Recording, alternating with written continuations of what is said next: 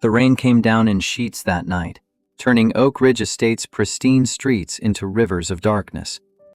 James Mitchell gripped the steering wheel of his pickup truck, knuckles bone white against cracked leather, and watched his daughter's reflection waver in the rear-view mirror. Sophie sat strapped in her booster seat, pressing her forehead against the window, tracing raindrops with one small finger, while her other hand clutched the worn teddy bear that had belonged to her mother. The truck's engine wheezed, a sound James had grown so accustomed to he barely heard it anymore. 3 years of neglect. 3 years of meaning to fix it. 3 years of choosing Sophie over machinery. The windshield wipers stuttered across the glass, leaving streaks that blurred the mansion's iron gates ahead into something almost unrecognizable. Sophie's voice cut through the drum of rain on metal. "Daddy, why is it raining? Is Mommy crying in heaven?" James felt something crack inside his chest, the same fracture that split open every time his daughter mentioned Rachel. 2 years dead. 2 years of questions he couldn't answer. 2 years of a 6-year-old trying to make sense of a mother who existed only in photographs and his own breaking voice. He found words somewhere in the wreckage. "Mommy's not crying, sweetheart. The sky just gets heavy sometimes. Has to let go of what it's been holding." The gates loomed closer now, twin columns of wrought iron that framed the entrance to the neighborhood Rachel had sketched on napkins during her final months. She'd drawn it between rounds of chemotherapy, hands shaking from the poison they pumped into her veins, describing every detail of the home their daughter would grow up in. The house Sarah would never see completed. James had bought the property 6 months after her funeral, paid cash from the sale of his AI security company. $520 million that felt like blood money because he'd built the empire while his wife withered in a hospital bed 3 miles away. The house itself had taken 18 months to construct, every room designed from Rachel's fevered blueprints, every color chosen from paint chips she'd taped to the hospice wall. They'd finished construction last week. Tonight was supposed to be the beginning. The guard station emerged from the downpour, a small structure of glass and steel that seemed to repel the rain rather than endure it. Light spilled from its windows, cold and clinical, and James could see the silhouette of a man inside, shoulders squared, posture radiating authority that had nothing to do with keeping people safe and everything to do with keeping certain people out. James rolled down his window. Rain immediately invaded the truck's interior, soaking his shoulder, his cheek, drumming against the door panel. The guard stepped out, clipboard in hand, eyes already scanning the pickup with the kind of disdain reserved for things that didn't belong. Garrett Walker stood 6'2", former Boston PD, with a jaw that looked carved from granite and eyes that had seen too much and forgiven too little. He wore his security uniform like armor, every crease perfect, every button gleaming despite the weather. He didn't speak immediately, just let his gaze travel from the truck's rusted bumper to its cracked windshield, from James's worn denim jacket to Sophie's tear-stained face in the back seat. The assessment took maybe 5 seconds. The conclusion was instant. His voice came out flat, dismissive. "Deliveries go to the back entrance, friend. Service road's about half a mile down, can't miss it." James kept his own voice level, though something hot and sharp twisted in his gut. "I'm not making a delivery. I'm James Mitchell. I own the property at—" Garrett's laugh cut him off, harsh and sudden, the kind of sound that drew blood without touching skin. "Sure you do. And I'm the governor. Look, buddy, I don't know what kind of game you're running, but this neighborhood doesn't work that way. You want to try this somewhere else, or do I need to make some calls?" Through the rain-streaked windshield, James watched another vehicle approach, a silver Bentley that moved through the storm like it existed in a different dimension entirely, untouched by weather or circumstance. It pulled up beside the guard station, engine purring, windows tinted black as oil. The driver's door opened, and a woman emerged. Victoria Sterling stepped into the rain, wearing a white Chanel suit that probably cost more than James's truck was worth when it was new. And she didn't flinch as water began to darken the fabric. She moved with the kind of confidence that came from never having been told no, from existing in a world that bent itself around her expectations. 42 years old, CEO of Sterling Legal Group, widow for 5 years, president of the Oak Ridge Homeowners Association for the past 4. Her blonde hair was pulled back so tight it looked painful, and her face had the kind of sharpness that suggested she'd spent years honing herself into a weapon. She walked straight to James's window, heels clicking against wet pavement, and leaned down to peer inside the truck. Her eyes, ice blue, calculating, took inventory of everything James owned in that moment. The fast food wrappers on the passenger seat, the child's drawings taped to the dashboard, Sophie's teddy bear with its missing eye, James himself in his thrift store jacket and 2-day stubble. The verdict came quickly. "Is there a problem here, Garrett?" Garrett straightened, deferring to her authority like a soldier to a general. "Gentleman claims he owns property in Oak Ridge. Driving that." He gestured at the truck with something close to contempt. Victoria's lips curved into something that might have been a smile if smiles could cut. "I see. And which property would that be?" James felt Sophie shift behind him, heard her breathing quicken. He kept his eyes on Victoria, kept his voice steady. "The Thornwood property, 1507 Oak Ridge Drive. I closed on it 6 months ago. Construction finished last Tuesday. My name is James Mitchell, and I'm trying to take my daughter home." Victoria tilted her head, studying him like he was a specimen under glass. "James Mitchell. The name means nothing to me." "Garrett, have we had any notifications about new ownership transfers?" Garrett pulled out his tablet, made a show of scrolling through screens. "Nothing here, ma'am. Last update I have for Thornwood shows it's still an escrow dispute. Some issue with the previous owner's estate." James's jaw tightened. He'd spent 3 months fighting through that dispute, hired 4 different lawyers, finally settled for $2 million over asking price just to close the deal. The house was his. The papers were filed. The deed was recorded with the city. He reached for his wallet, slow and deliberate, and Garrett's hand immediately went to his belt, fingers brushing the taser holstered there.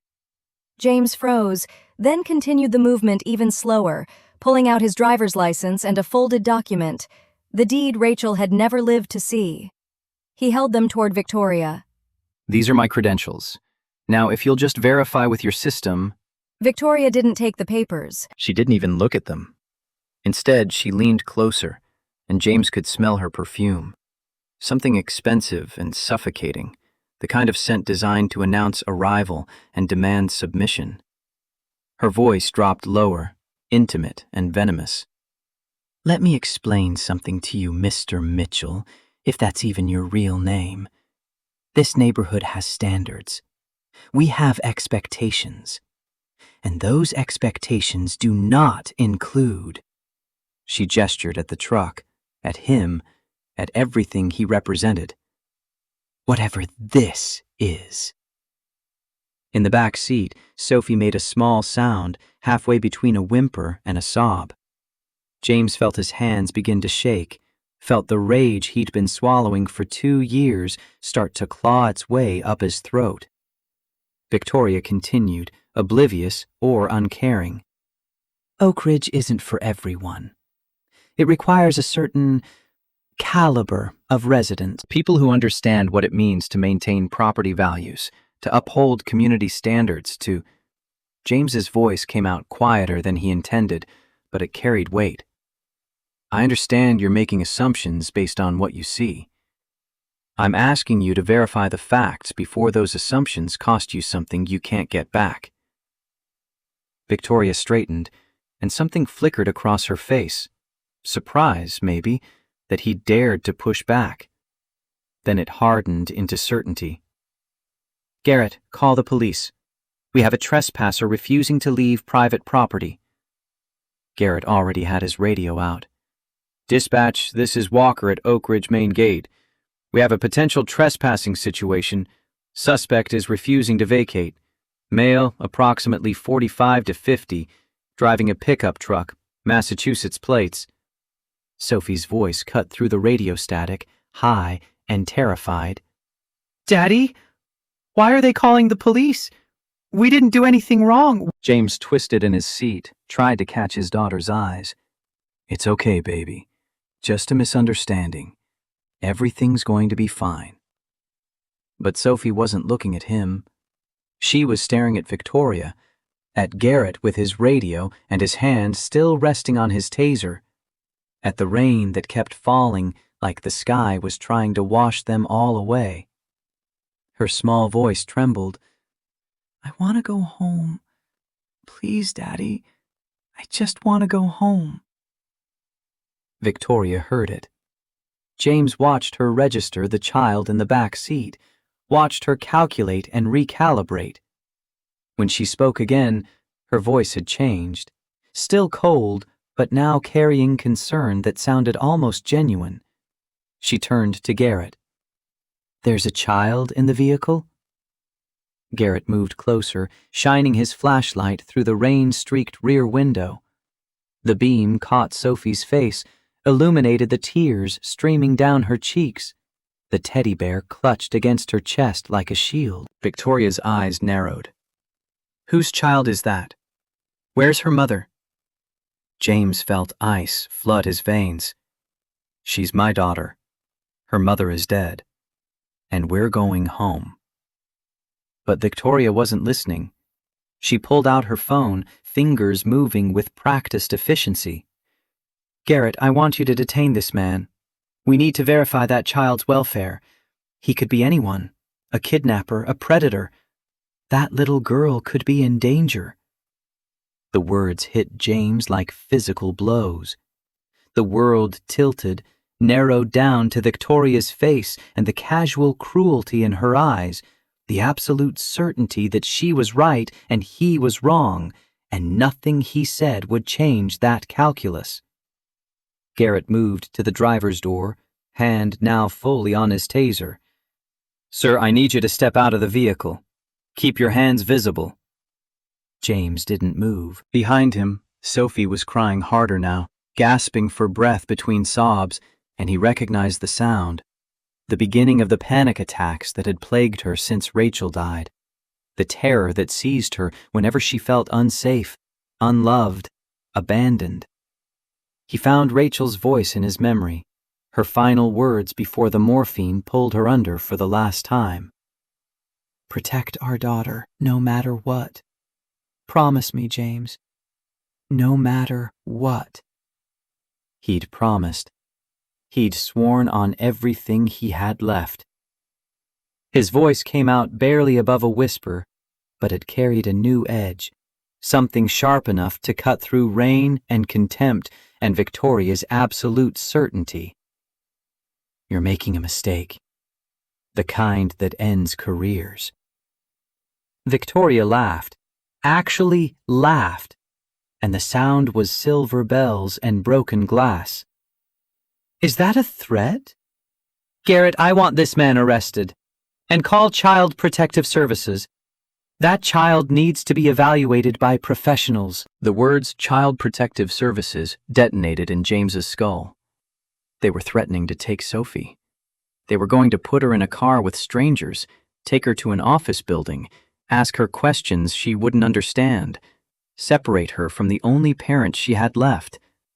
His daughter would think he'd abandoned her, just like her mother had abandoned her, disappearing into a hospital and never coming home.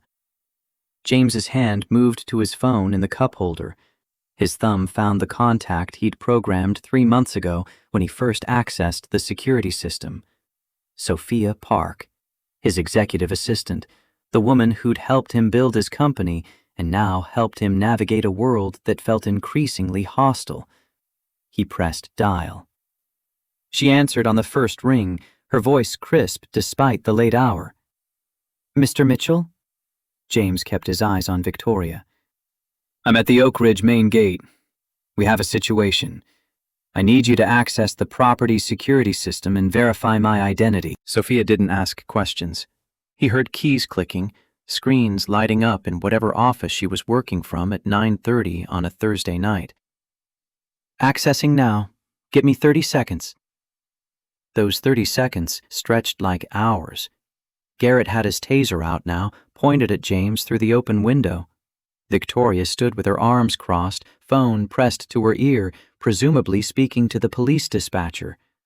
Sophie's sobs had quieted to small hiccups, the kind of silence that came after a child had exhausted herself crying.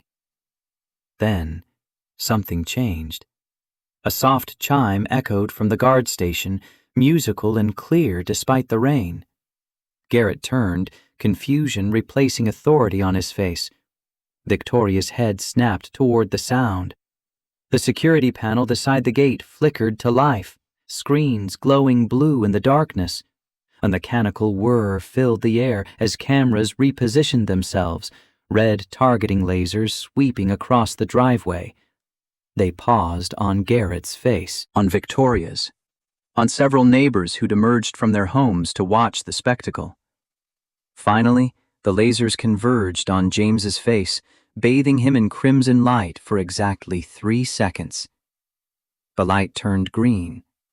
A smooth female voice, the AI system James's company had designed, the same system he'd sold to Google for $500 million, spoke from hidden speakers positioned along the gateposts, clear and unmistakable. Facial recognition confirmed. "Welcome home, Dr. Mitchell. Resident status, primary owner.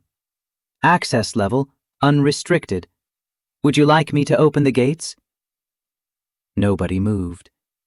The rain kept falling, but it seemed quieter now, as if even the storm was waiting to see what happened next. Victoria's phone slipped from her fingers, clattered against wet pavement. Garrett's taser dropped to his side, forgotten. The neighbors stopped whispering. The security panel displayed a photograph, James in a tailored suit from 3 months ago, shaking hands with the mayor at a ribbon-cutting ceremony for a new children's hospital wing. Below it, text scrolled across the screen in clean sans serif font. Dr. James Mitchell, CEO, Sentinel AI Security Systems, 2015 to 2023, acquired by Google Incorporated. Primary residence, 1507 Oak Ridge Drive. Security clearance, Level Alpha. Access, unlimited. Sophie's voice, small and wondering, broke the silence. "Daddy, can we go inside now?" James kept his eyes on Victoria, watched the color drain from her face, watched her perfectly composed mask crack and crumble. He kept his voice level, conversational, as if they were discussing the weather. "The system isn't glitching. It's not hacked. It's military-grade facial recognition software that I personally helped design. My company installed this security system in Oak Ridge 3 years ago, along with systems in 47 other gated communities across the Northeast." He paused, let that information settle. "The truck you see? It belonged to my wife. I've driven it for 15 years because she loved it, and I love her memory more than I care about your opinion of my vehicle. The house behind those gates? I paid $12 million cash for it because my wife designed every room from a hospital bed while cancer ate her alive. And my daughter?" His voice hardened. "The little girl you just threatened to have taken from me? She's the only family I have left, and the only reason I didn't drive through your gate the moment you opened your mouth." Victoria tried to speak, but no words came out. Garrett stood frozen, tablet still in hand, face white as bone. James continued, and now there was steel underneath the quiet. "I'm going to give you both exactly 1 chance to apologize to my daughter. Not to me, I don't care about me. But Sophie is 6 years old, and you just told her that strangers were going to take her away from her father. So you're going to look at her through that window, and you're going to tell her you made a mistake, and then you're going to step aside. Garrett moved first. He walked to the rear window on shaking legs, crouched down until he was eye level with Sophie. His voice came out rough, broken. "Hey there, sweetie. I made a big mistake. A really big mistake. I'm so sorry I scared you. You're safe. Your dad's a good man, and you're going home now, okay?" Sophie stared at him, teddy bear pressed against her chest, and didn't respond. Victoria was slower. She approached the window like she was walking toward an execution, and when she bent down to look at Sophie, James saw something in her eyes he hadn't seen before. Not shame, exactly, but recognition. The awareness that she'd crossed a line that couldn't be uncrossed. Her voice barely carried over the rain. "I apologize for frightening you. You didn't deserve that." Sophie looked at her father. "Can we go now? Please?" James nodded. He pulled his phone back out, spoke to Sophia. "Open the gates." The iron gates began to swing inward, smooth and silent. James put the truck in gear, but before he moved forward, he looked at Garrett one final time. "You're terminated. Both of you. Effective immediately."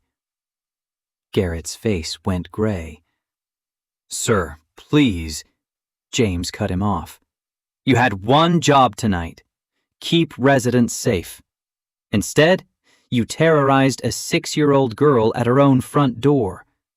I don't know what assumptions you made about me based on my truck or my clothes or anything else, but those assumptions nearly destroyed my daughter.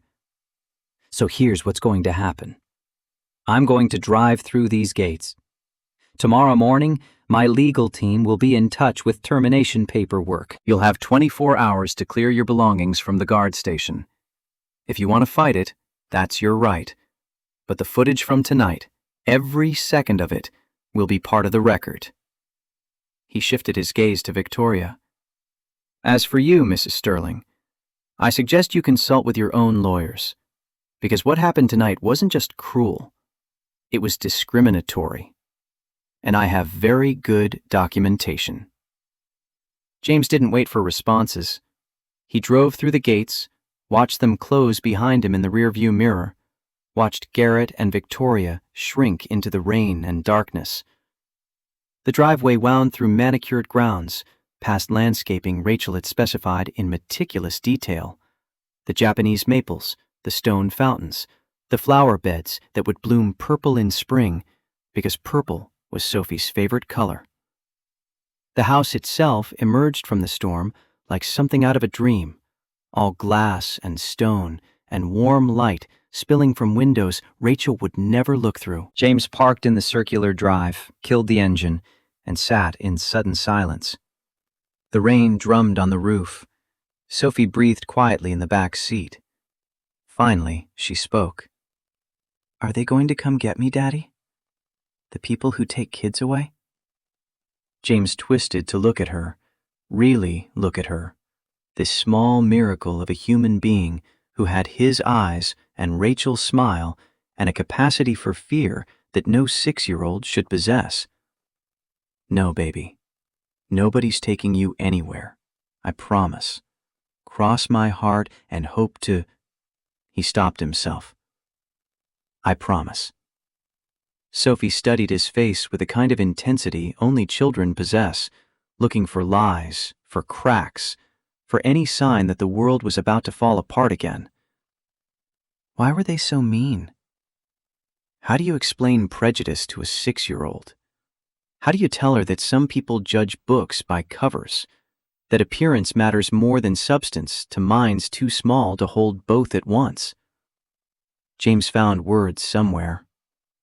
Sometimes people make mistakes. They look at something and decide what it is before they know what it really is. Like when you thought broccoli was yucky before you ever tasted it, remember? Sophie nodded slowly. But broccoli really is yucky. Despite everything, James smiled. Fair point, but you get what I mean? She did. He could see it in her eyes, the terrible understanding that her father's old truck and worn jacket had painted them both as outsiders, as threats, as something less than human. He got out of the truck, opened her door, unstrapped her from the booster seat. She fell into his arms, wrapped herself around him like a vine, buried her face in his neck. He carried her toward the house, felt her trembling against his chest. The front door recognized his approach, unlocked itself with a soft click. James pushed it open and stepped into the foyer his wife had designed 2 years ago, while hooked to machines that dripped poison into her veins, because it was the only chance she had to watch her daughter grow up. She hadn't made it. The cancer had won 3 weeks before the architectural plans were finalized. But Rachel's vision lived here now, in every carefully chosen paint color, in every piece of furniture she'd circled in catalogs with shaking hands, in the chandelier that hung overhead like captured stars. Sophie lifted her head, looked around with wide eyes. "Daddy, it's so pretty. Did Mommy really make this?" James's throat closed. He managed, "Every single piece, sweetheart. She planned it all just for you." He carried Sophie upstairs, down a hallway where photographs of Rachel hung on walls.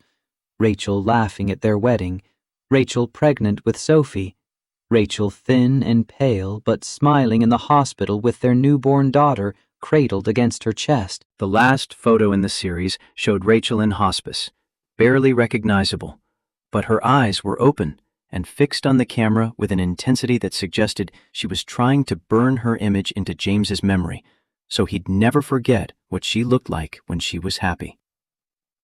Sophie's room sat at the end of the hall. James opened the door and heard his daughter gasp. The walls were lavender, soft and soothing. White furniture trimmed in silver lined the space, a bed with a canopy of sheer fabric, a bookshelf already filled with volumes Rachel had ordered months before she died, a desk positioned by the window so Sophie could watch the seasons change. Fairy lights woven through the canopy cast gentle shadows across the ceiling, and the curtains, purple with silver stars, caught what little light penetrated the storm and made it shimmer. Sophie slid down from James's arms, walked to the center of the room, turned in a slow circle. "Mommy made this? For me?" James nodded, unable to speak. Sophie ran to the bed, climbed up, lay down in the center with her arms spread wide like she was making a snow angel. "I can see the stars, Daddy, just like Mommy wanted." James sat on the edge of the bed, brushed damp hair back from his daughter's forehead. She spent hours planning this room, drew it over and over until she got it exactly right.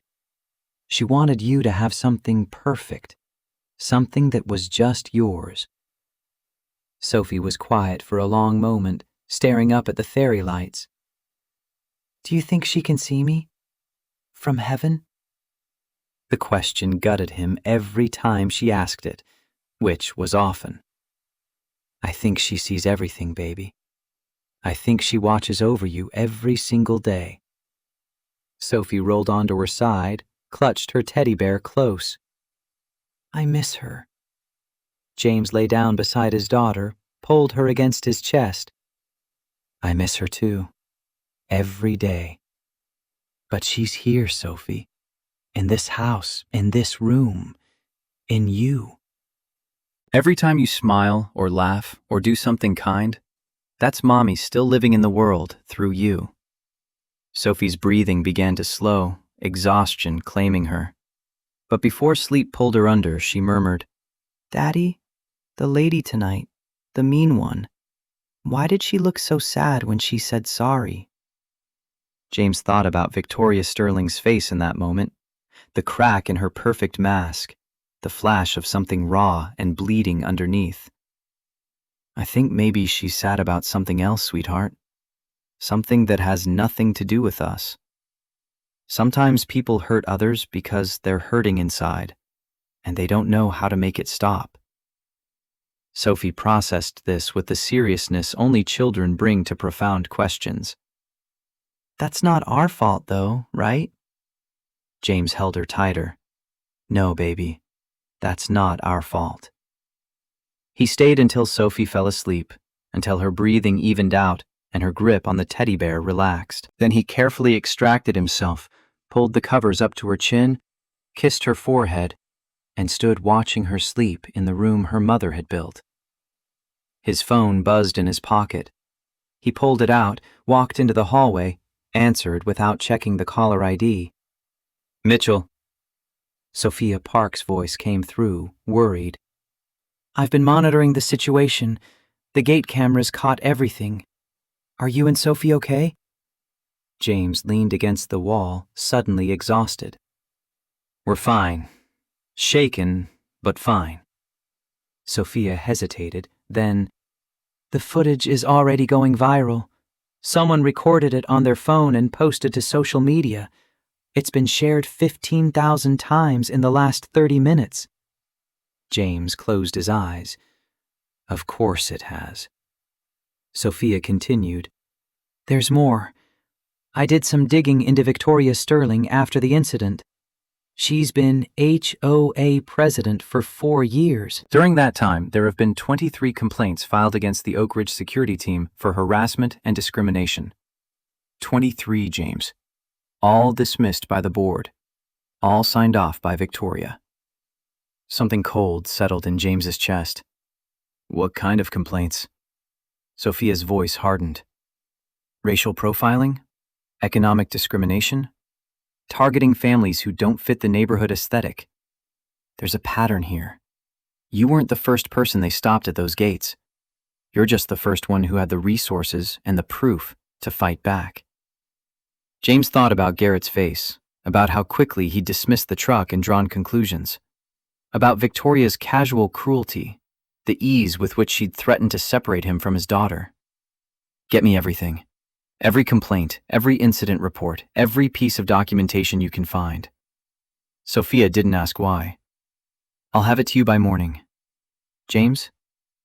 I'm sorry this happened. You and Sophie deserved better.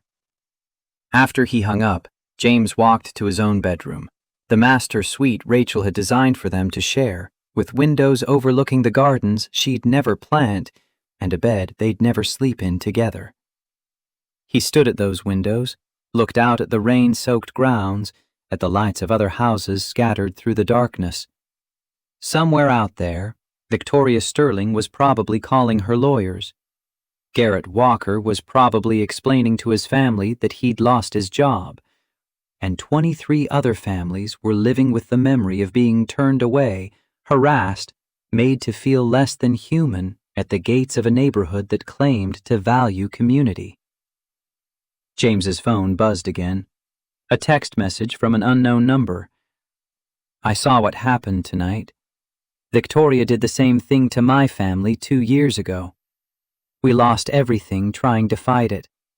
If you're willing to listen, I have evidence she needs to see daylight. Please call me.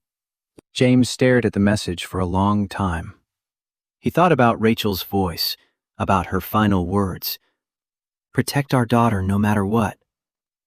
But Rachel had also taught him something else in those last terrible months, that protection sometimes meant standing up not just for your own family, but for everyone who couldn't stand up for themselves. He saved the number, typed a response. I'm listening. Tomorrow morning, 10 a.m. Text me the address. The reply came immediately. Thank you. You don't know what this means. James set the phone down, walked back to Sophie's room. She was still asleep, stars twinkling above her head, surrounded by her mother's love made tangible in paint and fabric and carefully chosen furniture. He thought about the woman who'd threatened this child tonight, about the pattern Sophia had uncovered, about 23 complaints swept under expensive rugs by people who valued property values over human dignity. Tomorrow, he'd start asking questions. Tomorrow, he'd begin pulling threads. Tomorrow, he'd find out exactly how deep Victoria Sterling's cruelty ran and who else had suffered under her perfectly manicured reign. But tonight, James Mitchell sat in the hallway outside his daughter's room, listening to her breathe, and made a promise to the woman he'd lost and the child he still had, and the 23 families who'd been turned away. This doesn't end here. This is only the beginning. The rain kept falling, washing Oak Ridge clean, or drowning it. James wasn't sure which yet. But he knew one thing with absolute certainty. Victoria Sterling had looked at his old truck and his worn clothes and decided he was nothing. She'd threatened his daughter and called it community standards. She'd made assumptions that cost her everything she thought she knew. And tomorrow, James would make sure she understood exactly what those assumptions had bought her. Morning broke over Oak Ridge with the kind of crystalline clarity that only follows heavy rain. James stood at the kitchen window, watching sunlight fracture through water droplets still clinging to the glass, and tried to remember the last time he'd slept more than 3 hours straight. The coffee in his hand had gone cold while he stared at his phone, reading the same text message over and over. The unknown number had sent an address, a coffee shop called Morgan's on the south side of Boston, 40 minutes from Oak Ridge. Below it, a single sentence. I'm the one who got away. Barely. Sophie appeared in the doorway, dragging her teddy bear across hardwood floors Rachel had selected for their warmth. Her hair stood up in wild angles, eyes still puffy from crying herself to sleep, and James felt his chest constrict with the familiar cocktail of love and inadequacy that defined his existence since becoming a single parent. She climbed onto a bar stool at the kitchen island. Is today a school day? James set down his phone. Not yet, baby. School doesn't start until Monday. Today's just for us. Sophie traced patterns in the marble countertop. Can we stay here? I don't want to go outside. What if the mean people come back? The question landed like a blade between his ribs. This was what Victoria Sterling had accomplished in 15 minutes of casual cruelty. She'd taught his daughter that the world outside their door was hostile, that safety was conditional, that belonging had to be earned through the right clothes and the right vehicle and the right appearance. James knelt beside the bar stool, brought himself to Sophie's eye level. Hey, look at me. Those people can't hurt us anymore. This is our home. Nobody gets to tell us we don't belong here. Sophie studied his face with the intensity children reserve for detecting lies. Promise? He made promises he couldn't keep, because that's what fathers do. I promise. His phone buzzed. Sophia Park's name lit up the screen. James answered, walked into the dining room where Rachel had planned Thanksgiving dinners they'd never share. Tell me you found something. Sophia's voice carried the exhaustion of someone who'd worked through the night. I found everything. James, it's worse than we thought. 23 formal complaints in 4 years. But I went deeper. I pulled property records, cross-referenced with census data, tracked every family that sold property in Oak Ridge since Victoria became HOA president. James waited, knowing the hammer was about to fall. Sophia continued. 47 families have left Oak Ridge in the past 4 years. 47. That's triple the turnover rate of comparable neighborhoods. And when you break down the demographics... She stopped, seemed to gather herself. Every single family that left was either non-white, single-parent households, or what Victoria would consider economically beneath Oak Ridge standards. The pattern isn't subtle, James. It's systematic. James processed this information while watching dust motes drift through morning light. 47 families.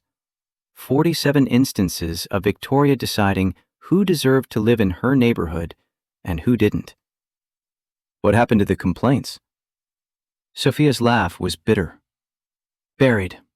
The HOA board reviews all security incidents. Want to guess who chairs that board? James didn't need to guess. Victoria. His assistant confirmed. Every complaint was dismissed as a misunderstanding or proper security protocol. But James, I found something else. The woman who texted you last night? Her name is Sarah Bennett. She and her husband bought a house in Oak Ridge 5 years ago, right before Victoria became president. 3 months later, her husband died in a car accident. Victoria started targeting her immediately. Code violations that didn't exist, fines for imaginary infractions, security stopping her every single time she drove through the gates. James felt something cold solidify in his gut. How do you know all this? Sophia hesitated. Because Sarah filed a civil rights lawsuit against the HOA 2 years ago. It was settled out of court with a non-disclosure agreement. But court filings are public record if you know where to look. She was forced to sell her house at a loss just to escape the harassment. James, this woman lost her husband and her home within 6 months. And Victoria orchestrated it. James looked at his phone, at the address Sarah had sent. Morgan's Coffee, 10 a.m. He checked his watch. 8:30. Send me everything you have. Every complaint, every property record, every piece of documentation. I want it all before my meeting. Sophia didn't ask about the meeting. Already in your inbox. James, be careful. Victoria Sterling has resources and connections. If she figures out you're building a case, James cut her off. Then she figures it out. I'm done being careful. After the call ended, James stood in the dining room his wife designed and thought about courage. Rachel had possessed a kind of quiet bravery that made her laugh at death even as it consumed her. She'd faced down her own mortality with grace and planned their daughter's future from a hospice bed, making lists of important dates she'd miss: first day of school, first heartbreak, graduation, wedding, and writing letters for James to give Sophie on each occasion. 23 letters, sealed and dated, sitting in his safe upstairs. Instructions for navigating life from a mother who wouldn't be there to see it lived. Rachel had taught him that courage wasn't the absence of fear. It was moving forward despite terror, doing what needed to be done even when every instinct screamed to run. James called his sister Anne, who lived 20 minutes away in Cambridge. She answered on the third ring, voice thick with sleep. This better be good, James. It's not even 9 a.m. on a Friday. He apologized, explained about Sophie, asked if she could watch her niece for a few hours. Anne agreed immediately, hearing something in his voice that suggested this mattered in ways he couldn't articulate yet. 30 minutes later, Anne arrived in her sensible Honda, wearing yoga pants and a sweatshirt that declared her allegiance to Boston College. She'd been the practical one growing up, the sibling who planned and budgeted, while James built empires in his head. She'd disapproved of him marrying Rachel right out of college, said they were too young, too broke, too naive. She'd been wrong about everything except the broke part. Anne gathered Sophie into a hug that lifted the little girl off her feet. Hey, troublemaker. Want to go get pancakes and then hit the science museum? Sophie's face transformed. The one with the lightning show? Anne winked. Is there any other kind?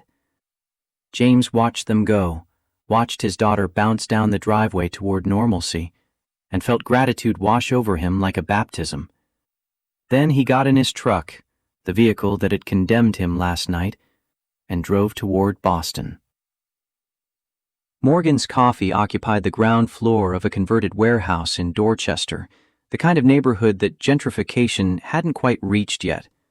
The streets were narrow and cracked, lined with row houses that had seen better decades, but the coffee shop itself glowed with warmth and life. James arrived 10 minutes early, ordered black coffee from a barista with purple hair and multiple facial piercings, and claimed a corner table where he could watch the door.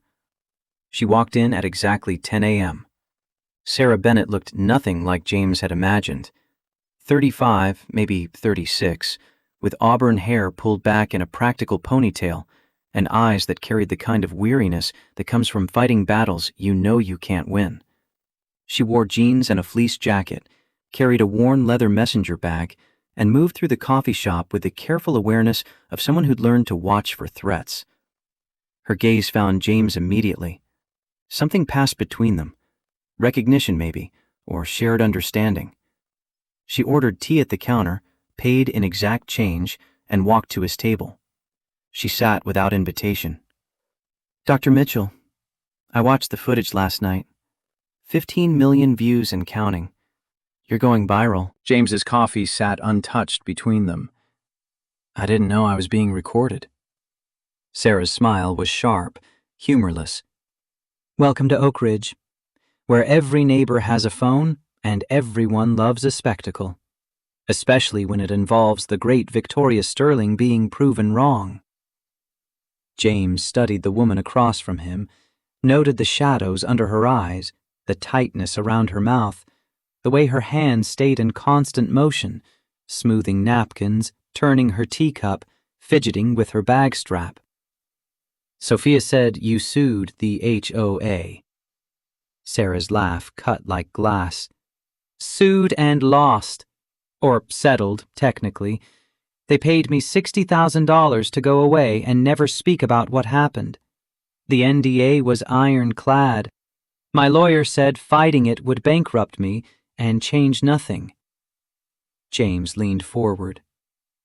"So why reach out now? Why break the NDA?" Sarah met his eyes directly, and James saw something fierce burning underneath her exhaustion. "Because you have something I didn't. Power. Resources. A platform. When I tried to fight Victoria, I was a widow with 2 small kids and a bank account running on fumes. She crushed me like an insect. But you?" She gestured at him. "You're Dr. James Mitchell. You designed the security system that verified your identity last night. You sold your company to Google for $500 million. Victoria can't make you disappear." James processed this, understood the calculation. "You want me to finish what you started?" Sarah nodded slowly. "I want someone to expose what she's been doing. I want the 47 families she forced out to know they weren't crazy, weren't imagining it, weren't deserving of the treatment they received. And I want Victoria Sterling to face consequences for once in her perfectly manicured life." James pulled out his phone, opened the file Sophia had sent. "Tell me your story. All of it." Sarah's hands stilled. She stared into her tea like it held answers, then began speaking in a voice that suggested she'd told this story before, probably to lawyers and therapists, and the empty walls of whatever apartment she'd fled to after leaving Oak Ridge. She'd bought the house with her husband Michael, a public defender who worked 80-hour weeks representing clients who couldn't afford better. They'd scraped together the down payment, stretched themselves financially to give their kids, Emily, 7, and Jake, 5, good schools and safe streets.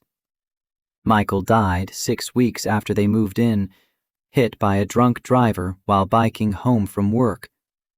Victoria appeared at the funeral, brought casserole, offered condolences, seemed genuinely sympathetic. The harassment started 2 weeks later. First came the citation for weeds in the garden, except Sarah had just paid a landscaper to clean the beds. Then a fine for noise violations that didn't exist. Then security started stopping her at the gates every single night, demanding identification, asking questions about where she'd been, who she'd seen, what she was doing in Oak Ridge.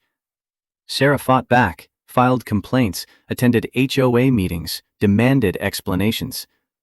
Victoria remained pleasant, professional, regretful that security was being overzealous, but surely Sarah understood that community standards had to be maintained. The harassment intensified. Someone reported her to Child Protective Services, claiming her children were neglected. A CPS worker showed up at her door, interviewed her kids, inspected her home, found nothing wrong, but the damage was done. Emily and Jake learned that their home wasn't safe, that strangers could show up any time and ask invasive questions. Sarah tried to sell, but every potential buyer who showed interest got stopped at the gates, got questioned aggressively by security, mysteriously decided Oak Ridge wasn't for them. Her house sat on the market for 8 months. She fell behind on the mortgage. Banks threatened foreclosure. Finally, she accepted an offer 30% below market value from an investor who paid cash and didn't care about security harassment. Sarah finished her story and looked at James with eyes that had witnessed the systematic destruction of everything she'd built. I lost my husband, my home, and 2 years of my life fighting a woman who treated my existence as a property value problem. And I'm not the only one. There are at least 15 other families with similar stories. Victoria Sterling runs Oak Ridge like a fiefdom, and anyone who doesn't fit her vision gets pushed out. James felt rage building in his chest, hot and sharp. Why didn't anyone stop her? The HOA board, the other residents. Sarah's laugh was bitter. The board is stacked with her friends and business associates. And the other residents? They benefited from what she was doing. Property values in Oak Ridge increased 12% during her tenure. Homeowners don't ask questions when their investment keeps growing. They just look the other way and tell themselves that maintaining standards is good for everyone. James thought about his neighbors, the people who'd emerged last night with their phones recording, watching his humiliation like entertainment. Not one of them had spoken up. Not one had questioned Victoria's cruelty. He made a decision that felt like jumping off a cliff. I want to help. Not just with your case, but with all of them. Every family Victoria forced out deserves to know the truth, and she deserves to face consequences. Sarah studied him carefully. This won't be easy. Victoria has lawyers, money, connections. She'll fight dirty. Are you prepared for that? James thought about Sophie, about the terror in her eyes when Victoria threatened to call CPS, about Rachel's final words, about courage that meant moving forward despite fear. I'm prepared to finish this. Sarah reached into her messenger bag, pulled out a manila folder stuffed with documents. Then you'll need this. Names, addresses, dates. Every family I could track down who left Oak Ridge under suspicious circumstances. Some of them signed NDAs like I did. Others just wanted to forget. But maybe if they know someone's finally willing to fight, they'll come forward. James took the folder, felt the weight of other people's trauma compressed into paper and ink. What about you? Breaking the NDA could cost you everything. Sarah's smile was sad but determined. I already lost everything that mattered. What Victoria doesn't understand is that takes away her power. She can't threaten me with losing things I don't have anymore. They spent the next 2 hours in that coffee shop, Sarah walking James through each case, each family, each instance of systematic harassment. The Korean couple targeted for having too many cars. The single black mother whose children were accused of vandalism with no evidence. The Jewish family reported to code enforcement for a menorah in their window during Hanukkah. 47 families, 47 stories of casual cruelty disguised as community standards. James took notes, recorded Sarah's testimony with her permission, felt his anger crystallize into something colder and more dangerous. Purpose. When they finally stood to leave, Sarah hesitated. Can I ask you something personal? James nodded. Sarah's voice softened. Your wife, the one who designed your house, how did you keep going after she died? The question caught James off guard, forced him to articulate something he'd never quite voiced. I didn't have a choice. Sophie needed a father, and grief isn't a luxury I could afford. So I woke up every morning and did the next thing, then the thing after that. Some days the next thing was just breathing. But I kept moving forward, because stopping meant letting Rachel's death destroy everything she'd built. Sarah's eyes glistened. My therapist says the same thing, that grief isn't something you get over, it's something you learn to carry. James found himself speaking truth he hadn't known he possessed. Rachel used to say that love doesn't end when someone dies, it just changes form, becomes memory, becomes motivation, becomes the reason you keep fighting even when you're too tired to stand. They exchanged phone numbers, promised to stay in contact, parted ways with the understanding that they'd both just committed to a war that would reshape Oak Ridge or destroy them trying. James drove home through Boston traffic, the folder on his passenger seat like evidence of crimes no one wanted to prosecute. His phone rang when he hit the highway, a number he didn't recognize, but a Boston area code. He answered cautiously. Mitchell. The voice on the other end was male, rough, familiar. Dr. Mitchell, this is Garrett Walker, from last night. James's hands tightened on the steering wheel. What do you want? Garrett's words came fast, desperate. I need to meet with you, tonight, somewhere private. I have information about Victoria Sterling that you need to hear. Information that could change everything. James pulled into the slow lane, processed this development. Why would you help me? I fired you. Garrett's laugh was hollow. Because I spent 12 years as a cop and another 5 working security, and I've never felt as ashamed as I did last night when I looked at your daughter's face and realized what I'd become. Victoria Sterling turned me into something I don't recognize, and I want to make it right. James's instinct screamed trap, but something in Garrett's voice, genuine remorse maybe, or desperation, made him pause. What kind of information? Garrett's voice dropped lower. Not over the phone. Victoria has connections everywhere, but I have recordings, documents, proof of what she's been doing. 4 years of evidence that she made me collect and then bury. Please, Dr. Mitchell, let me try to fix this. James thought about Sarah's story, about 47 families, about systematic destruction disguised as community standards. If Garrett was telling the truth, he had the smoking gun. If he was lying, James would walk into an ambush. He made the calculation Rachel would have made. The risk was worth the potential reward. Where and when? Garrett gave him an address, a warehouse district near the airport, abandoned this time of night. 11 p.m. Come alone. James agreed, ended the call, and immediately phoned Sophia. I need you to do something for me. Tonight at 11, I'm meeting Garrett Walker at... He rattled off the address. If you don't hear from me by midnight, call the police and send them there. Sophia's alarm crackled through the connection. James, this sounds like a setup. Don't go alone. But James had already decided. I have to. If he's legitimate, this could end Victoria's reign tonight. If he's not, at least you'll know where to send help. He spent the afternoon with Sophie, pushing Victoria and Garrett and 47 families to the back of his mind. They played board games in the living room Rachel designed. They baked cookies using recipes from the cookbook Anne had given them after the funeral.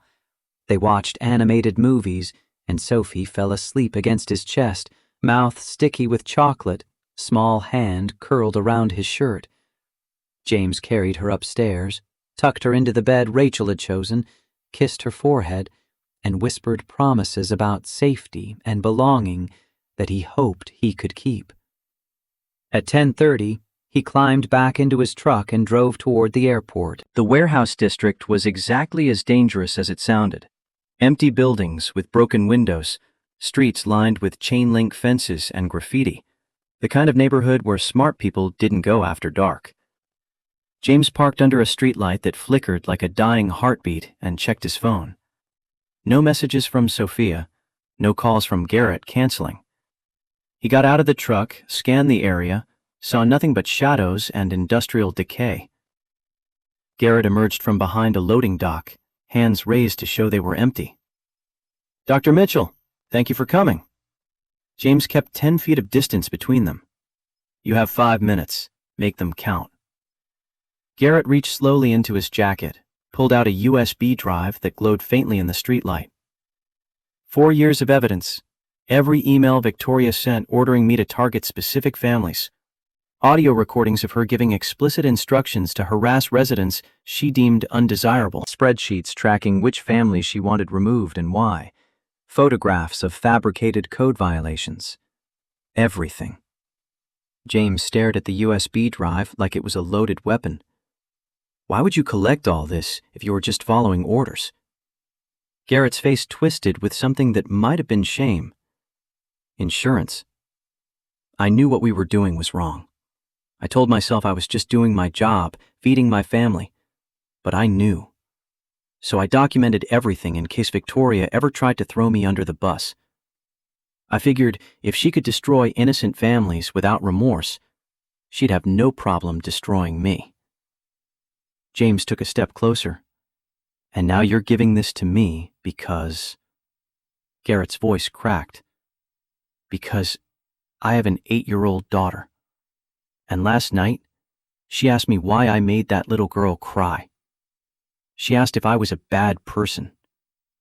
And I didn't have an answer, Dr. Mitchell. I looked at my daughter and couldn't tell her that her father is a good man, because I'm not sure that's true anymore." James heard Rachel's voice in his memory. "People can change. Give them the chance before you condemn them." He'd never been good at that. Never had Rachel's capacity for forgiveness. But standing in this derelict warehouse district, looking at a man who'd terrorized his daughter 12 hours ago, James tried to find grace. He held out his hand. "Give me the drive." Garrett hesitated. "There's something else you need to know. Victoria didn't act alone. She had help from the HOA board, from certain residents who profited from increasing property values. Some of them actively participated in the harassment. You're not just fighting one woman, Dr. Mitchell. You're fighting an entire system that benefited from keeping Oak Ridge exclusive." James absorbed this information, felt the scope of the battle expand. "Names?" Garrett nodded. "They're all in the files. Board members who voted to dismiss every complaint.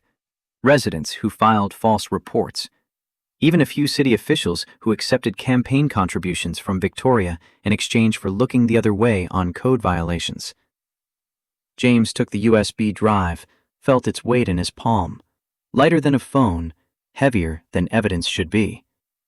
"Why now? You could have given this to any of the families she destroyed. Why wait until I showed up?" Garrett's answer came quietly. "Because none of them had the power to make people listen. They complained, filed lawsuits, went to the media. Victoria crushed them all because she could. But you?" He gestured at James. "You're different. You have resources, connections, proof of identity that can't be dismissed. You're the first person who walked through those gates that Victoria couldn't simply erase." James understood the calculation, the cold strategic thinking. "So I'm your best chance at redemption." Garrett didn't deny it. "And those families' best chance at justice. Use the evidence however you need to. But Dr. Mitchell?" His voice hardened. "Victoria Sterling is dangerous when cornered. She'll fight back with everything she has. Legal threats, character assassination, whatever it takes to protect herself and her reputation. Be ready for that." James pocketed the USB drive. "I've been ready since the moment she threatened my daughter." They stood in the pool of dying streetlight, two men on opposite sides of a battle that neither had chosen, but both were now committed to fighting. Garrett turned to leave, then stopped. "One more thing. The woman you met with this morning, Sarah Bennett. Victoria knows you met her. She's already making calls, trying to figure out what Sarah told you. Be careful, Dr. Mitchell. Victoria doesn't just destroy her enemies. She destroys everyone connected to them. James felt ice flood his veins. How do you know about Sarah? Garrett's smile was grim. Because Victoria called me 3 hours ago. Offered me my job back if I'd spy on you, report your movements, find out what you're planning. I declined. James processed this, understood that the war had already begun. She's watching me. Garrett confirmed.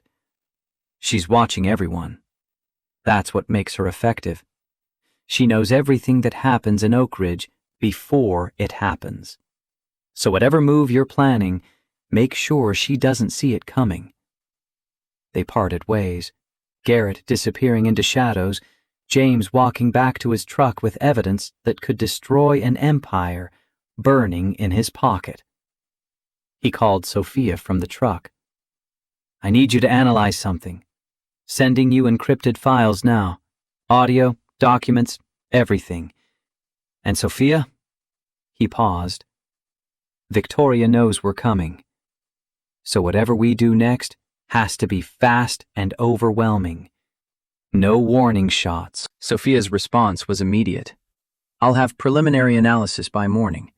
James, if these files are legitimate, Victoria Sterling is finished. James started the engine, pulled out of the warehouse district. She finished herself. We're just making sure everyone knows it. He drove home through empty streets, past sleeping houses where families dreamed untroubled dreams, and thought about justice. Not the clean, simple justice of movies where good triumphed and evil received punishment proportional to crimes committed. Real justice, messy and complicated, requiring patience and strategy and the willingness to burn bridges you couldn't rebuild. The house was dark when he arrived, just the porch light Rachel had programmed to welcome him home. James sat in the driveway, the USB drive in his hand, and thought about the morning Sarah had described the systematic destruction of her life, about Garrett's desperate need for redemption, about 47 families scattered across Boston, carrying trauma they'd never asked for, about Sophie, asleep upstairs in a purple room, who'd asked if the mean people would come back. James made a promise to the night, to his daughter, to the wife who'd taught him that love meant protecting people even when it cost everything. They won't. I'll make sure they won't.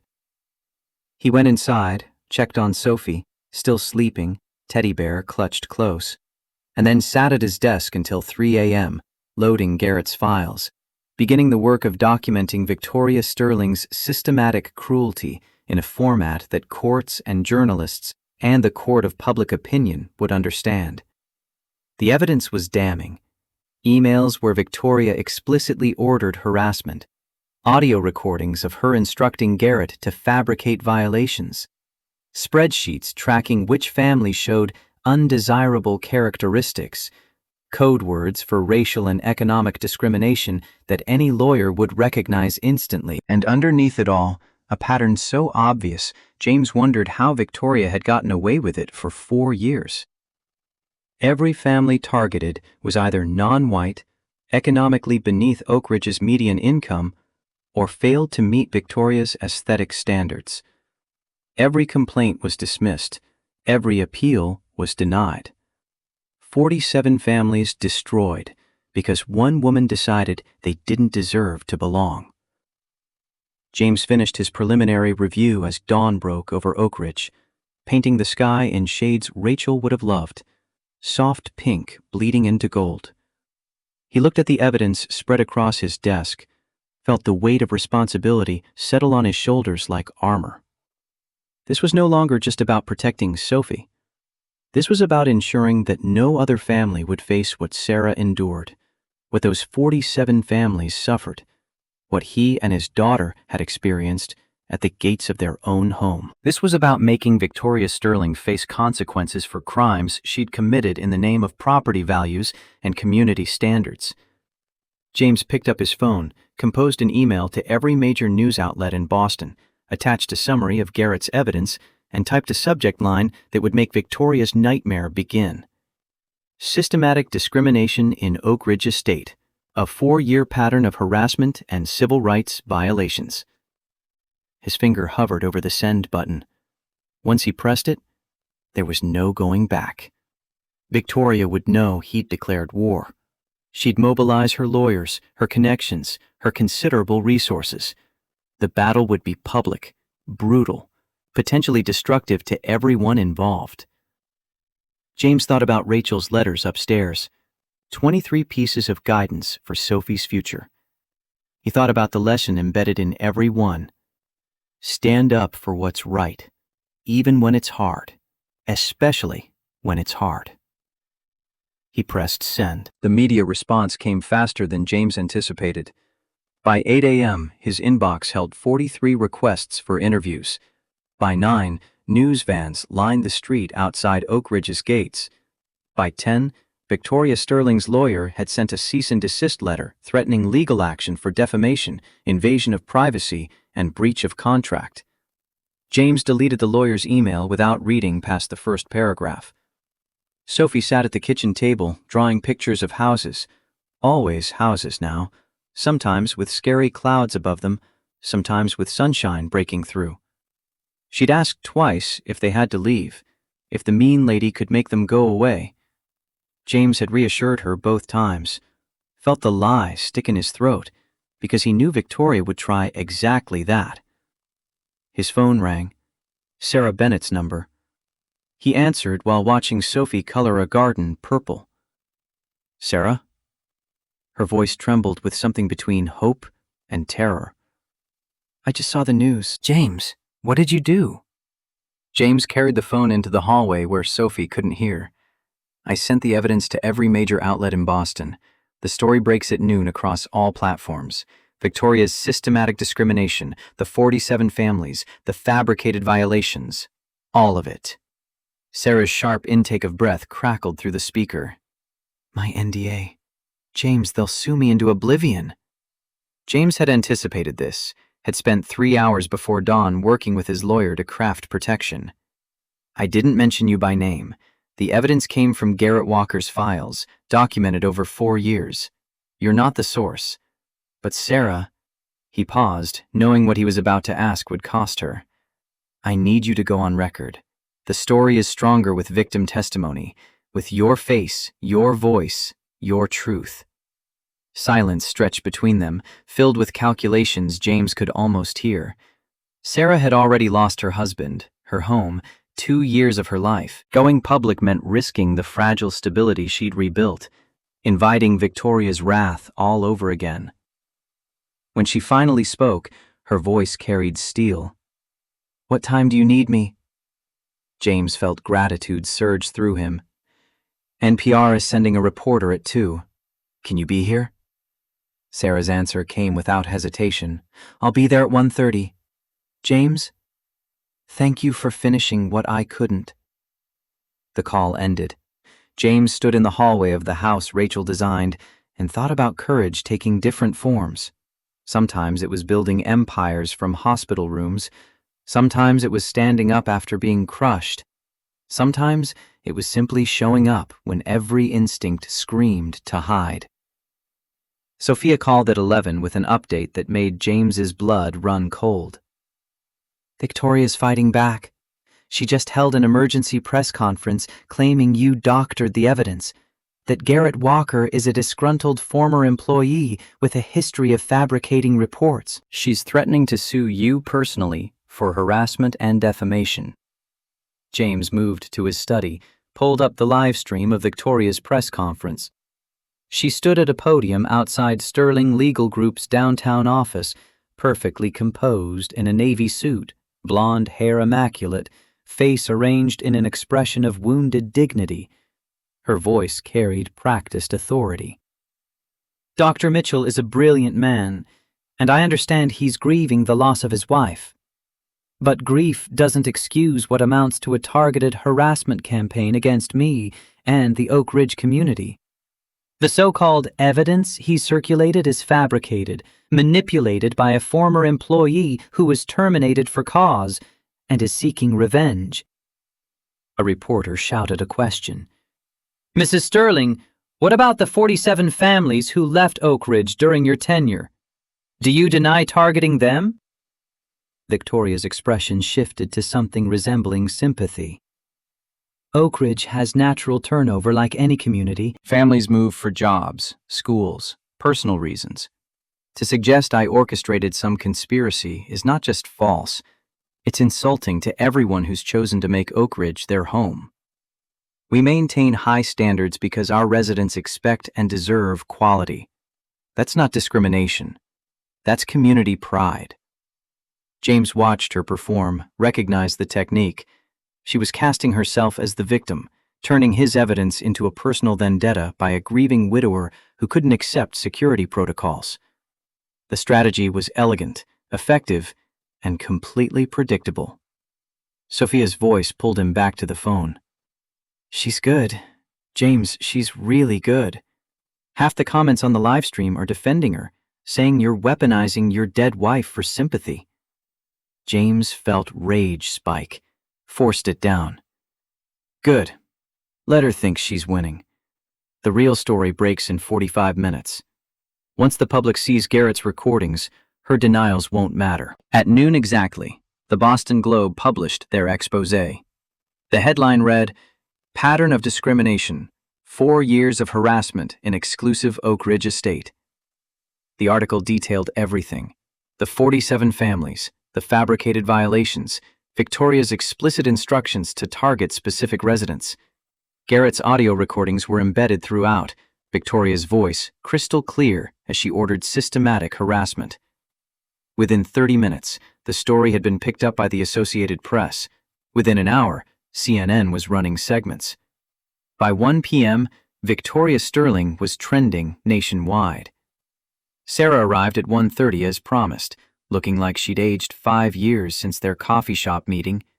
She brought her children, Emily and Jake, 7 and 5, who stared wide-eyed at the mansion Rachel had built. Emily whispered something to her mother. Sarah's response was quiet.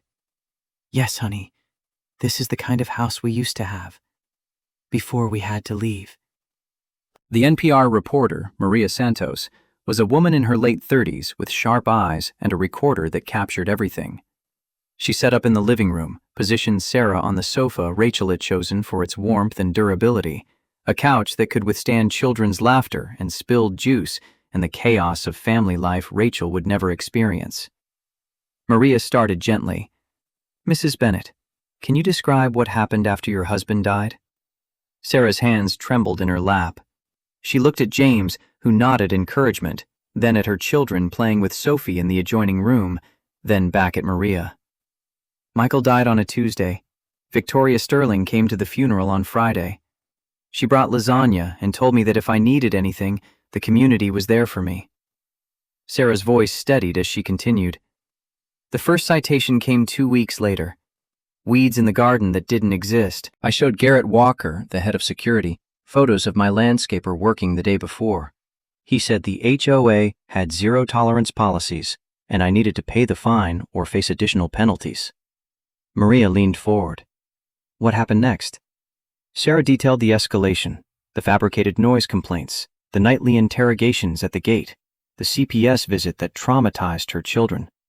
Her voice broke when she described Emily asking if they were in trouble, if the police were going to take Mommy away. James watched from the kitchen doorway, heard his own story echoed in Sarah's testimony. The systematic cruelty, the casual destruction, the weaponization of community standards against people Victoria deemed undesirable. Maria asked the question James knew was coming. Why do you think Mrs. Sterling targeted you specifically? Sarah's laugh was hollow. Because I didn't fit her vision of Oak Ridge anymore. I was a widow with 2 kids and a public defender's pension. I drove a 10-year-old Honda. I couldn't afford the country club membership or the charity galas. I was lowering property values just by existing. The interview lasted 90 minutes. When it ended, Maria packed her equipment with the careful reverence of someone handling evidence. This story is going to be big. Bigger than you probably realize. Mrs. Bennet, are you prepared for the backlash? Sarah looked at her children, at Sophie, at James standing in the doorway of a house that represented everything she'd lost. I've already survived the worst thing that can happen to a person. Victoria Sterling doesn't scare me anymore. After they left, James found Sarah standing in the foyer, staring up at the chandelier Rachel had obsessed over, crystal prisms that caught light and scattered rainbows across white walls. Sarah's voice was barely audible. She had good taste. Your wife. James joined her, both of them looking up at light fragmenting into spectrum. She spent 3 hours choosing that fixture, kept saying it needed to feel like hope, like no matter how dark things got, there'd always be light breaking through. Sarah wiped her eyes. I'm sorry you lost her. And I'm sorry I'm dragging you into this war. James shook his head. You didn't drag me anywhere. Victoria did that the moment she threatened Sophie. You just gave me the ammunition to fight back. His phone buzzed. Sophia's name appeared with an urgent message. Turn on Channel 7. Now! James grabbed the remote, switched to the local news. Victoria Sterling filled the screen again, but this time something had changed. Her composure had fractured. Her eyes were red-rimmed. Her hands shook slightly as she gripped the podium. The news anchor's voice provided context. Mrs. Sterling called this emergency press conference just 15 minutes ago, following the release of audio recordings that appear to show her explicitly ordering harassment of Oak Ridge residents. Victoria's voice wavered as she spoke. I want to address the allegations that have been made against me. After careful consideration and consultation with my legal team, she stopped, seemed to gather herself. I'm announcing my immediate resignation as president of the Oak Ridge Homeowners Association. James felt Sarah's sharp intake of breath beside him. Victoria continued, and now tears streaked her perfect makeup. What's been reported today is not the full story, but I recognize that my actions as HOA president have caused pain. Real, lasting pain to families who deserved better. I cannot undo what's been done, but I can step aside and allow the community to heal. A reporter shouted, Mrs. Sterling, are you admitting to the discrimination charges? Victoria's composure cracked completely. Her voice broke. I'm admitting that I let fear control me. Fear of... She stopped, struggled visibly. My husband died 7 years ago. We'd been trying for a child for years. I was pregnant when he passed. I lost the baby 3 days after his funeral. The press corps fell silent. James felt something shift in his chest. Not sympathy exactly, but recognition of shared trauma. Victoria's words came faster now, like confession long suppressed. I built walls after that, made Oak Ridge into something I could control because I couldn't control anything else in my life. I told myself I was protecting property values, maintaining standards. But the truth... Her voice dropped to barely above a whisper. The truth is, I was protecting myself from feeling anything. And I hurt innocent people in the process. She looked directly into the camera, and James saw something he hadn't expected. Genuine remorse bleeding through practiced composure. To the families I forced out of Oak Ridge, to the Bennetts and the Chens and the Johnsons and all the others whose names I knew but chose to ignore as human beings, I am profoundly sorry. To Dr. Mitchell and his daughter Sophie, whom I terrorized at their own gate, I have no excuse. And to my community, she paused. I've failed you by becoming exactly what I claimed to protect you from. Victoria stepped back from the podium, ignored the shouted questions, walked away from the cameras with shoulders hunched like someone carrying unbearable weight.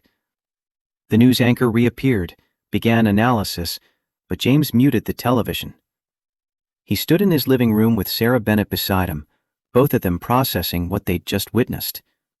Sarah found words first. "Did she just—" James nodded slowly. "Confess. On national television. Without being forced. Without legal pressure." Sarah's voice carried confusion. Why would she do that? Her lawyers must be having heart attacks.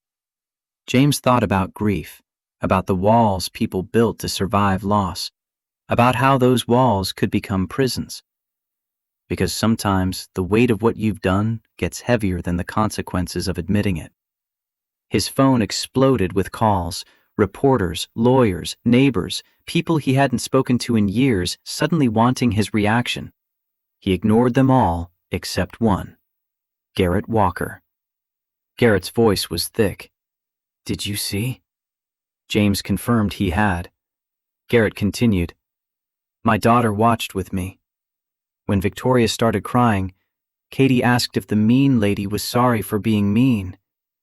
And I realized—" He stopped, pulled himself together. "I realized my daughter was learning whether people can change, whether admitting mistakes matters. And I wanted her to see that it does." James understood what Garrett wasn't saying. "You called Victoria. Told her about your daughter's question." Garrett's silence was confirmation. "She cried for an hour. Then she called her lawyer, told him she was resigning and confessing regardless of legal consequences. I don't think she slept since you released the evidence. I think the weight of it finally broke through whatever armor she'd built." After the call ended, James found Sophie in her room, drawing another house.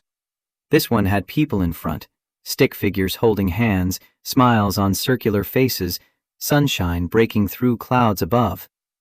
She looked up. "Daddy, did the mean lady say sorry?" James knelt beside her. "She did, baby. On TV. To everyone." Sophie considered this with the seriousness only children bring to questions of right and wrong. "Is she still mean?" James chose his words carefully. "I think she was sad more than mean. And sometimes when people are very sad, they do mean things because they don't know how else to feel better. But that doesn't make it okay." Sophie nodded, accepting this wisdom, then returned to her drawing. James watched her add more figures to the house, a community of stick people, all holding hands under improbable sunshine. The afternoon dissolved into chaos. The FBI announced an investigation into civil rights violations. 3 HOA board members resigned. Property values in Oak Ridge dropped 2% in a single day as the story went national. Sarah called at 6. "I just got off the phone with 4 families from the list. They want to sue. They're asking if you'll testify." James didn't hesitate. "Whatever they need. Names, dates, testimony, funding. I'll provide it." Sarah's voice softened. "Why are you doing this? You got what you wanted. Victoria's destroyed. You could walk away." James looked at the drawings Sophie had given him, at the stick figure family holding hands. Because this isn't about destroying Victoria. It's about making sure what happened to those families, to you, to me, to everyone she hurt, never happens again. That requires more than one person's resignation. It requires systemic change. At 8 p.m., James's doorbell rang. He checked the security camera, saw Victoria Sterling standing on his porch, looking small and broken. Nothing like the woman who'd threatened his daughter 2 days ago. He almost didn't open the door, almost let her stand there in the evening cold as punishment for every family she'd destroyed. But Rachel's voice echoed in his memory.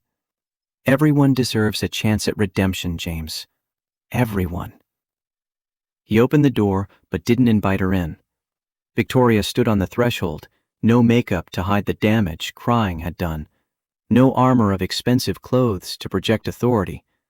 She wore jeans and a sweater that had seen better years, and her voice came out raw.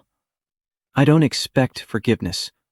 I don't deserve it, but I needed to apologize in person, where there are no cameras and no lawyers scripting what I say." James kept one hand on the door frame. You terrorized my daughter." Victoria flinched like he'd struck her. "I know, and I will carry that for the rest of my life. Dr. Mitchell, She stopped, started again. "May I tell you something? Not an excuse, just context?" James said nothing, which Victoria took as permission. She spoke quickly, as if the words had been building pressure. "Your wife, Rachel. I met her once, at the hospital where I lost my baby and where she was receiving treatment. We were in the waiting room together. She was sketching something, a house, I think, and she looked so peaceful, despite everything. I asked her how she could draw future homes when—" Victoria's voice broke. "When she was dying." James felt his breath catch. Victoria continued through tears. "She said that love doesn't end when we die. It changes form, becomes the things we build, the people we touch, the memories we leave behind. She said she was building a home for her daughter that would carry her love long after she couldn't hold her anymore." James's hands trembled. Rachel had never mentioned meeting Victoria, had never told him about the conversation in the hospital waiting room. Victoria's voice dropped to barely audible. "I thought she was naive.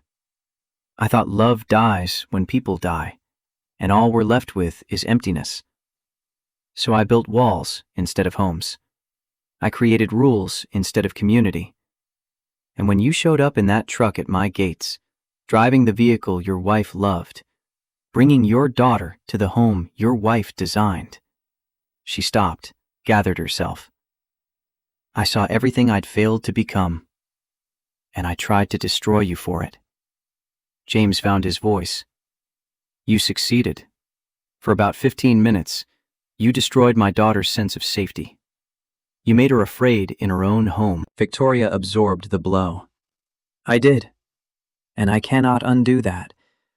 But I can tell you that your wife was right. Love doesn't end. It builds things that outlast us. And you—" She gestured at the house behind him. "You honored her by finishing what she started, by giving your daughter the home Rachel dreamed of, by being the father she knew you could be." Silence stretched between them, filled with ghosts and grief and the unbearable weight of regret. Finally, James spoke, and his words carried no warmth, but something harder and more valuable: truth. "I don't forgive you. Not yet. Maybe not ever. But I recognize that you're trying to become something other than what you were. And that—" He paused, chose his next words carefully. "That's not nothing."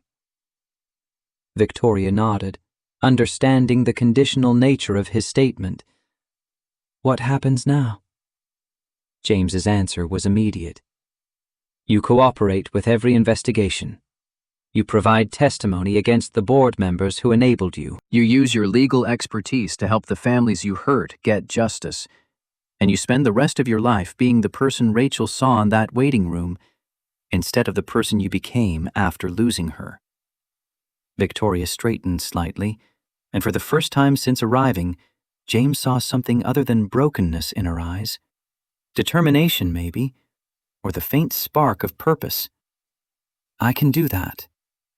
I will do that." She turned to leave, then stopped. "Dr. Mitchell, your daughter, Sophie, would you tell her something for me?" James waited. Victoria's voice trembled. "Tell her that mean people aren't born mean. They become mean when they forget how to be anything else. And sometimes, when someone reminds them what kindness looks like, they can remember how to change." She walked down the driveway into darkness, a woman who'd lost everything she'd built and was now searching for something worth building in the wreckage. James stood on the porch long after her car disappeared, breathing cold air that smelled like rain coming, and thought about the strange mathematics of justice. Victoria had destroyed 47 families. Her resignation and confession wouldn't restore their homes or erase their trauma. The legal battles ahead would take years, cost fortunes, require testimony that would reopen wounds everyone wanted healed. But somewhere in the rubble of Victoria's empire, families would find validation. Proof that their experiences were real, their pain legitimate, their suffering not imagined or exaggerated or deserved. That counted for something. Not enough, but something. Sarah called at 9. "I saw her car leaving your neighborhood. Did she come to grovel?" James moved inside, closed the door against the cold. "She came to apologize, and to tell me she met Rachel once in a hospital waiting room." Sarah's sharp intake of breath crackled through the speaker. "What did you say?" James found himself speaking a truth he hadn't known he possessed. "That I don't forgive her. But I recognize she's trying to change. And in the end, maybe that's all any of us can do. Recognize when people are genuinely trying to become better than they were." Sarah was quiet for a long moment. "You're a better person than I am. I'm not sure I could have let her walk away without spitting in her face." James thought about Rachel's letters upstairs, about lesson after lesson on grace and mercy and the difference between justice and vengeance. "I'm not better. I'm just trying to honor what my wife taught me. That holding on to anger poisons you more than the person you're angry at.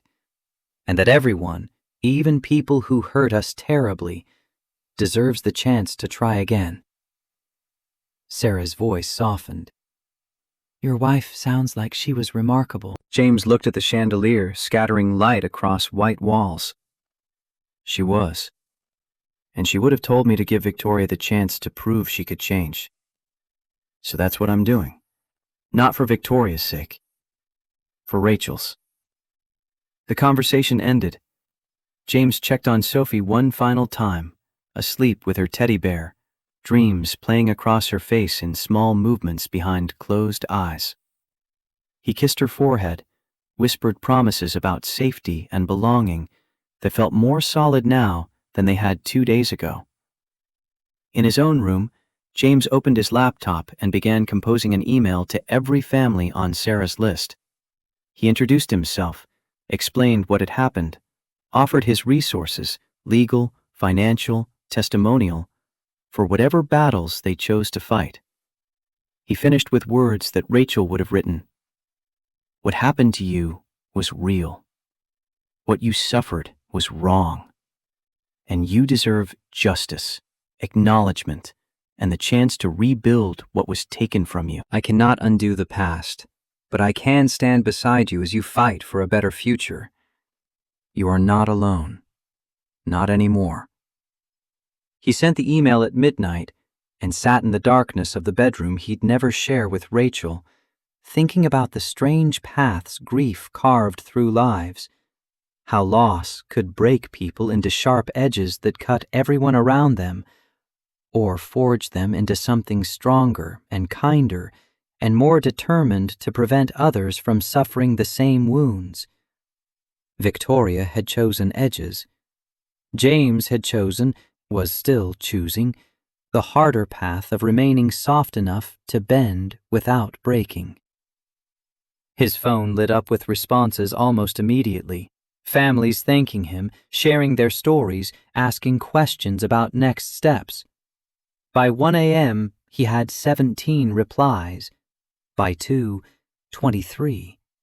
By 3, all 47 families had responded, and James understood that he'd just committed himself to a war that would consume months or years of his life. But looking at Sophie's drawing on his desk, the stick figures holding hands under improbable sunshine, James knew he'd made the right choice. This was what love looked like after death. Not grief that paralyzed, but purpose that propelled. Not walls that protected, but bridges that connected. Not armor that defended, but vulnerability that allowed healing. Rachel had built him a home in her final months, Now James would build something larger, a community where families like his, like Sarah's, like all 47 who'd been forced out, could belong without fear of being erased for failing to meet someone else's standards. The work would be exhausting. The battles would be brutal.